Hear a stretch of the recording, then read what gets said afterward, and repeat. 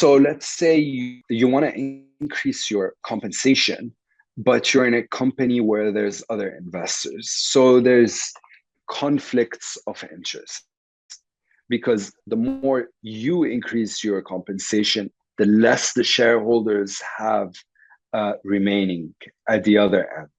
And the best approach that we've seen is KPI driven approach and a pre-laid out plan for how compensation is going to grow. You need to have an honest conversation with your investors, with your shareholders, about how much is enough in terms of management or the founders getting paid, and based on the accomplishment of which milestones. Is it when revenue hits a certain number?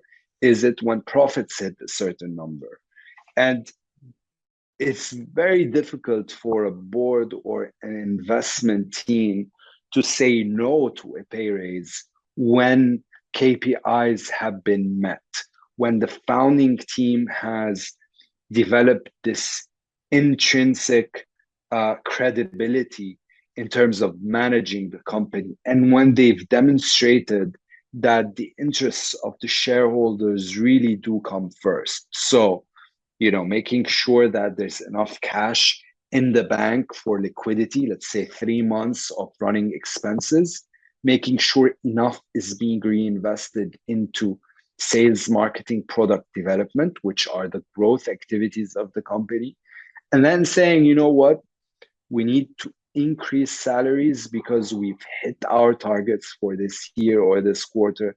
That becomes a much easier conversation to have with the board. But absolutely critical. It's one of those conversations that are foundational to the health of the relationship between founders and investors.